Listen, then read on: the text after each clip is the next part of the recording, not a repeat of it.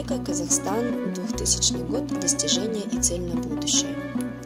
В 2000 году, благодаря упорной целенаправленной работе руководства страны по созданию новой системы государственного управления, по привлечению инвестиций в перспективные отрасли экономики, по сохранению мира и согласия в обществе, в Казахстане была создана основа для экономического роста и дальнейших реформ.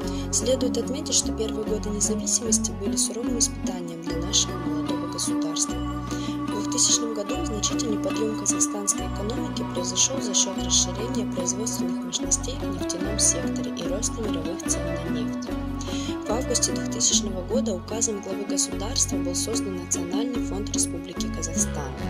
Также продолжалась работа по совершенствованию законодательства, в первую очередь в сфере государственного управления и в сфере экономики. Подъем экономики создал условия для увеличения объемов строительства. В марте впервые в Астане прошел очередной съезд Союза архитекторов Казахстана.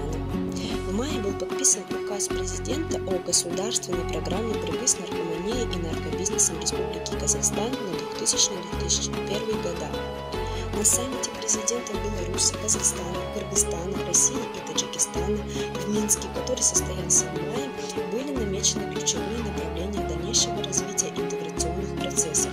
А в октябре в Астане главы государств-участников Таможенного союза подписали заявление и договор об учреждении Евразийского экономического сообщества. Его создание стало важнейшим шагом на пути к формированию единого экономического пространства СНГ.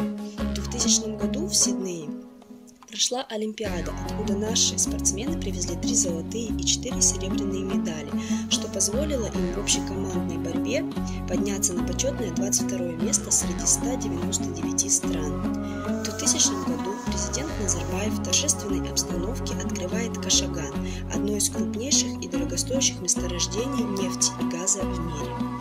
Осенью 2000 года Астана принимает Владимира Владимировича Путина, но уже в качестве президента Российской Федерации. Год назад он уже приезжал в Казахстан как председатель правительства.